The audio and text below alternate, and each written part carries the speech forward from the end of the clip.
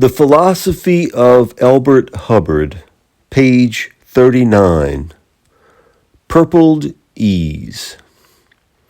No quarter. We want all that you possess. We will be content with nothing less than all that you possess. We want in our hands the reins of power and the destiny of mankind. Here are our hands. They are strong hands. We are going to take your governments, your palaces, and all your purpled ease away from you. And in that day you shall work for your bread, even as the peasant in the field or the starved and ruddy clerk in your metropolises. Here are our hands. They are strong hands. Jack London. The above is taken from a postal card sent out by the publishers of Jack London's books. Jack is a Marxian socialist all day long, and he is much more frank than most of his party.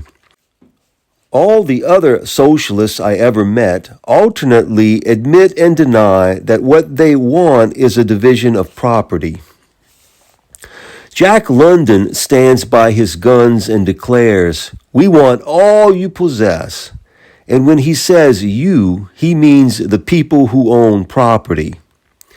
He is talking to the owners and managers of the tools, by which he means the railroads, mills, shops, stores, factories, mines, and steamships. That is to say, Jack is going to take things away from the present owners and give these things to we. Jack assumes that property in the hands of the socialists would be much better managed than it is now in the hands of those who own it. This threat of Jack's would be a tragic thing if Jack and his pals were really going to do all they say they are. But they are not going to do anything but talk. That is their hold. Folks who can, do. Those who can't, chin. Jack is a writing tramp who roams the world for thrills and copy. He is kindly, intelligent, amusing, indolent, and absolutely without the power to manage anything, even his own tongue. He is a good fellow, and he makes folks think. In fact, he is the sparkler to this paragraph. Jack made me think. He made me mad. He made me laugh, and he made me write. Personally, I like the rogue. He is most companionable, especially if you have no work to do. The tendency of property of every sort is towards depreciation and dissolution. Only eternal vigilance and tireless industry keep a manufacturing plant or a farm effective. Jack does not know this. Jack thinks that to own property is to be immune from work. The truth is, ownership is a responsibility and a burden. Most of the socialists I know do not work. They only talk about work. What they want is an orthodox heaven of ease, where the harps are always in tune and the robes are always laundered. If Jack could take away the property from those who have it and set them to work like peasants and ruddy clerks, then the socialists would live in purpled ease, as Jack and many other childish, silly folks think that rich people do now. There is an idle rich class, but it is a very small class, and it is not made up of the people who manage things. It is made up of reminiscent men, and some of these are socialists who play at equality, badger the business, and patronize the poor. Leave the idle rich to nemesis. Disease and death are at their heels. The men who operate our great enterprises, mills, factories, elevators, banks, and department stores, know nothing of ease. Their working hours are not limited by the whistle. They sweat blood to meet payrolls and to keep the wheels of trade revolving. Modern business is a most extracting taskmaster. It says, "Thou shalt have no other gods before me." It demands every ounce of energy its devotee has. The thought of a good time is not for the businessman. He works and works eternally. He works because he can't stop. And this is the man the socialists are going to send to the fields. Jack London's view of railroading is only from the bumpers. His philosophy can not deceive the section hands, nor the train crews, nor the operators, nor the managers. They work, and they work with care, precision, energy, and economy. Each one does the thing he can do best, and that is what we all do. If Jack's hands were the strong hands he pretends, they would be grabbing plow handles or a shovel instead of reaching for a hand-me-out. If the hands of Jack and his friends were strong enough, they would own this property towards which they now look with lustful eyes. The world will be redeemed. It is being redeemed. It is being redeemed not by those who shake the red rag of wordy warfare, who threaten and demand, but by its entrepreneurs, its workers, its inventors, its toilers, the men and women who do the duty that lies nearest them. The fallacy of the Jack philosophy lies in the assumption that the industries of the world would be much better managed by Jack and his kith than by the men who are now at the helm. In other words, Jack's claim is that socialists are a peculiar, separate, and distinct class of able, unselfish, competent persons with hands especially strong, who accidentally are out of the game, but who are soon to take possession of things and run everything in such a way that society will be blessed and benefited as never before. The fact is, socialists are not a separate and distinct class.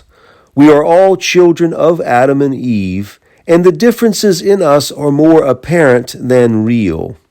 We all have our limitations. Read Carlyle. The weaknesses of humanity are inherent in socialists, only perhaps in greater degree. Their doctrine of reaching utopia through firing the men who now manage things is the doctrine of despair. Fabian socialism is something else. It is opportunism. It does what it can now. It does not wait for a revolution. Rather, it believes in revolution. We climb step by step. Fabian socialism does not preach class hatred. In fact, it does not recognize that neither the class nor the mass exists. People who belong to one so-called class today are in another tomorrow.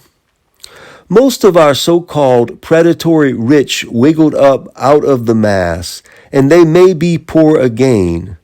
Many of the poor will be rich. Watch the immigrants landing at Ellis Island. Can you prophesy to what class these boys and girls, curious, quaint, half-frightened, will belong 20 years from now? Many of them will be contractors, lawyers, bankers, scientists, doctors, teachers. It is all a matter of individual energy, intelligence, and desire, modified by the antics of the gods of chance. There is no conspiracy in America to hold people down and under. Class hatred, represented by Marxian socialism, says there is. There is nothing so savage, cruel, and blindly unjust as class hatred. I've been accused of class hatred because I make statements from time to time that seem to reveal a lack of appreciation for the three learned professions. Granted that I do, it is not the man I criticize, it is the office. Doctors, lawyers, and preachers are men caught in a certain environment trying to win the world's plaudits and plunder in a certain way. I may consider the way a mistaken one, but I surely do not hate the man, and the fact that I have hundreds of close friends among the professions proves that I am not entirely misunderstood in this matter. Doctors are men, lawyers are men, preachers are men, so also are judges. Marxian socialists are men, and all these are very much like the people with whom they mix and associate. Rogue clients evolve rogue lawyers to do their work. Fool patients evolve fool doctors. And superstitious, silly people in the pew secrete a pretentious punk party in the pulpit. For the man himself, I have only admiration, respect, and love, and sometimes pity. I may despise his business and some of his acts, but how can I hate the man? When I realize that his life is a part of the great one from which mine is derived. This man may quit his business and take up something else. The criminal is not wholly a criminal. He is only a criminal at times. Some of his impulses are good, and most of them may be excellent. But one mistaken act will brand him forever as a criminal in the world's assize. Under the same conditions, if I were of the same quality and temper, I would have done the same. If I criticize lawyers, doctors, and preachers, it is simply because there courses through my veins a quality and kind of corpuscle which fits me eminently for success either as a lawyer, doctor, or preacher. A hair perhaps divides the false and true, says old Omar. Yes, and I missed becoming a practicing physician by a hair. Had I gone into medicine, I would have had a team of bays, a coon driver, and a whisker that would have put all the other doctors in my town to the bad. I have the fingers of a diagnostician, a voice that soothes, a presence that heals. If you didn't have it, I could convince both myself and you that you had. Then I would have cut into your cosmos to find out who was right, and I would have charged you $500 for the operation. If I were wrong in my diagnosis, you would never have known the difference, for on occasion I can be discreet. The law is a game that lures. It isn't a matter of securing justice, not that. Truth is a secondary place in the practice of law, and only very ignorant folks imagine otherwise. The law is a game, and you play to win. The whole thing is fascinating. It is a clash of wits, mind matching mind. As a lawyer, I would have quibbled you 6 nights and days together, and I would have been a legal Lollapalooza. Bill Reedy writes, "We are all touched with the essence of the thing against which we strive." And Bill is sometimes right. That is all we can expect, even from the wisest and best of men, and Bill is both. Yes, I would take kindly to the law, for guff, bluff, and snuff come easily within my grasp.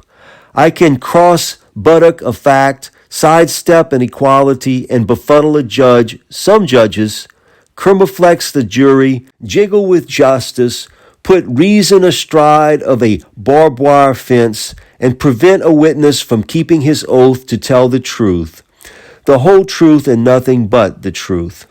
And a fat fee would always reanimate any flagging zeal I might have as to the justice of my client's cause. As for the pulpit, I would take it now were it not so securely fastened down. Hypocrisy, gush, glibness, Chicago tongue. Yes, let Billy Sunday look to his laurels. I, too, could tear a passion to tatters and make the judicious grieve.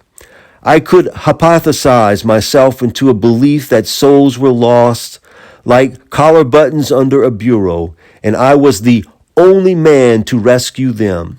Sure, especially I am qualified for making pastoral calls, or I was once. Also, I have great capacity for chicken pie, pretense, cheap social honors, and the applause of the unthinking. As a churchman, reversed haberdashery would have done me proud. Breeks would have become me. For my shanks have individuality, and a dinky hat would have set off my sky piece, in a way not only to arouse curiosity but mirth. Let Dean Hart beware, his job is not so secure as he thinks.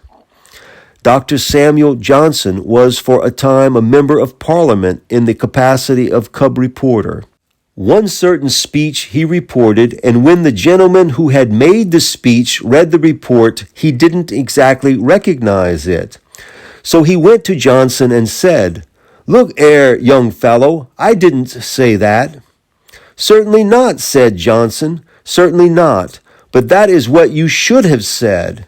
In recounting his reportorial experiences, Johnson once was asked this question: "What kind of men are there in the House of Commons?"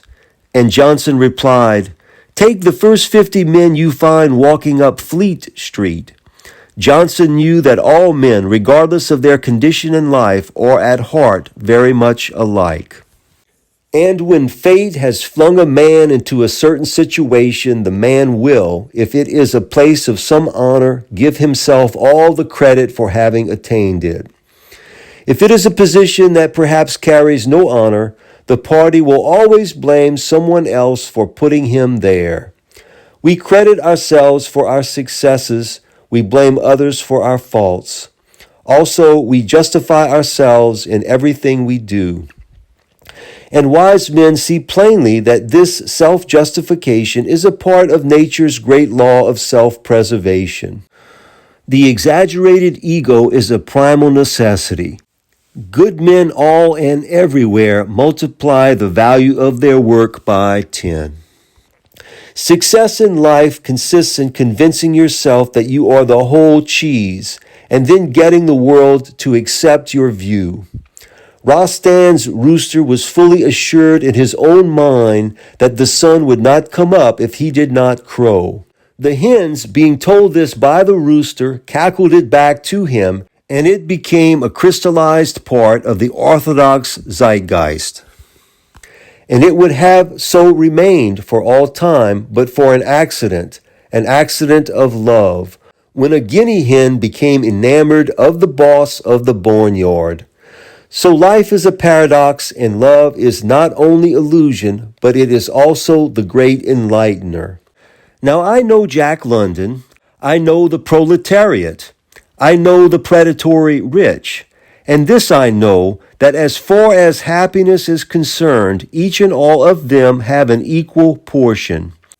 The struggle in getting out of the mass has given Jack's predatory party a certain power, but he has paid for it with his peace of mind and has to struggle to hold it.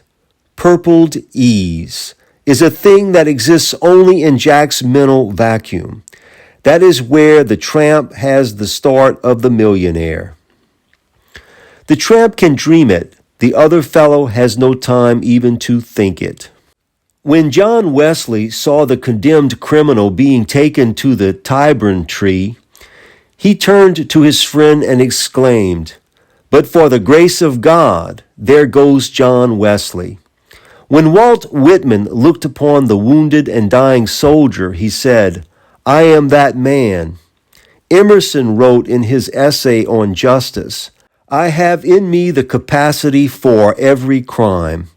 And there is what I say to Jack London. If you and your pals were in possession of the tools of trade, you would commit all the so-called crimes of which you accuse the industrial leaders and more.